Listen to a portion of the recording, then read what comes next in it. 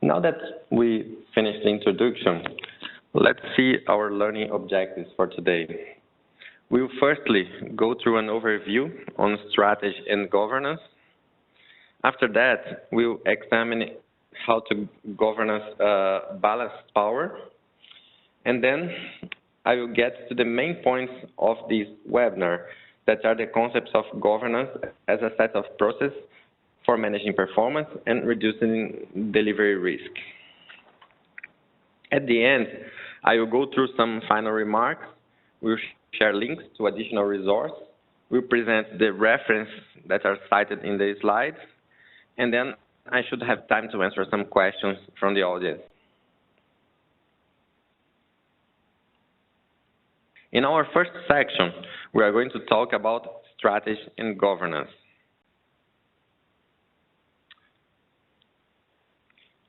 In an organization, we can have multiple types and levels of governance. For our discussion today, the most relevant two are the corporate governance and the project governance. The corporate governance can be defined in simple terms as a set of processes through which organizational objectives are set and pursued. It aims to defend the interests of key stakeholders with special focus on company shareholders. For instance, project governance defines the establishment, management, and control of project programs and portfolios. The project governance boards are accountable for the successful execution of business strategies and the consequent creation of value to the business. A governance framework covers a wide range of topics that may include providing means to manage strategy execution, providing drive and decision-making to the organization, seeking stability and prosperity for the organization, defining policies and controls, ensuring balance of power and ethics, defining roles, responsibilities, and accountability, providing means to manage performance and to ensure effectiveness, and managing risk. So, as you see, governance encompasses a wide range of topics, and we are going to discuss these in the next slide. But before progressing with the discussion about governance, I would like to simplify any organization as something being made by three main pillars, where governance is one of the pillars, and it coexists with the two other ones inside any organization.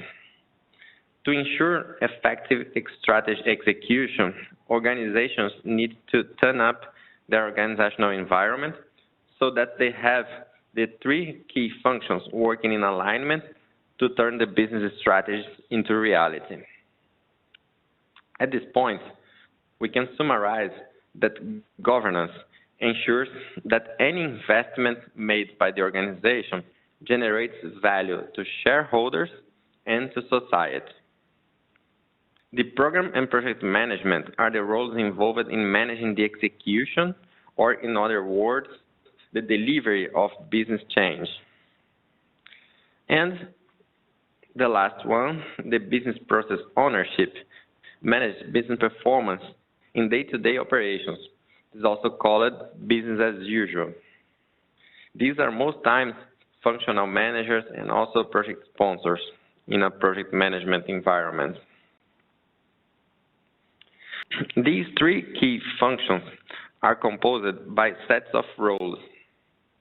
Governance includes the leadership roles and project, program, and portfolio management steering roles, which are supported by some roles in change management and in strategy management. The ownership includes mainly functional managers, but also some supporting roles in business process management and business performance management. And the program and project management includes all roles involved in program and project management. In that organizational scenario, effective governance should ensure that objectives defined in the strategy planning process are achieved to programs and projects, enabling change, and business as usual operations, then being able to realize benefits. In this process starts in the strategic planning process with teams of specialists assessing organizational issues, investment objectives, and business drivers to get to the definition of strategic objectives. The selected group of strategic objectives is normally achieved by executing a number of strategic initiatives. The majority of such initiatives are managed by using program and project management so that they deliver improvements that can be translated into a set of end benefits. Therefore, the strategy execution is directly supported by a benefits realization strategy that will drive the production of portfolio, program, and project management strategies towards the realization of the expected end benefit.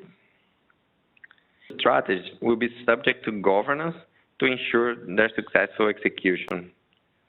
We will ensure that all strategies work in an integrated way to enable the realization of benefits that are needed by the business strategy.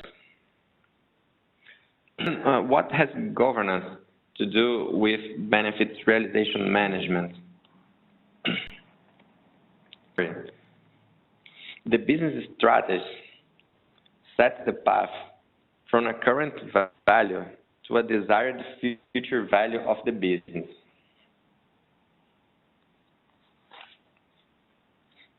This path from current to future involves a series of changes. Each change is expected to produce benefits. The combination of all the benefits will fill the value gap, moving the business from the current to the desired value. At this point, you could say, okay, but what has project management and project governance to do with all that? No, project management is widely recognized as the best set of practice to manage change, so it can support the management of the journey from the current to the desired value. We start by having projects delivering outputs. These create outcomes which prepare operations to realize benefits. It happens under a governance structure and governance process that ensure keeping the project. Hi there, I hope you enjoyed that last clip. My name is Michael Malutis, and if you'd like to watch the full 60 minutes of that last webcast, while also gaining complete unlimited access to our entire library of IT learning, simply visit our subscribe page at greatpro.org/subscribe. Unlimited annual access is $199 per year. But if you use the coupon code LEARN to earn, you can drop that membership fee to just $149.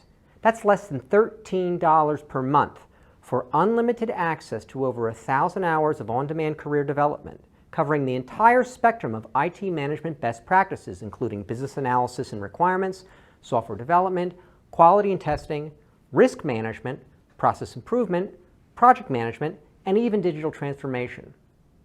But your membership doesn't just give you unlimited access to our vast learning library.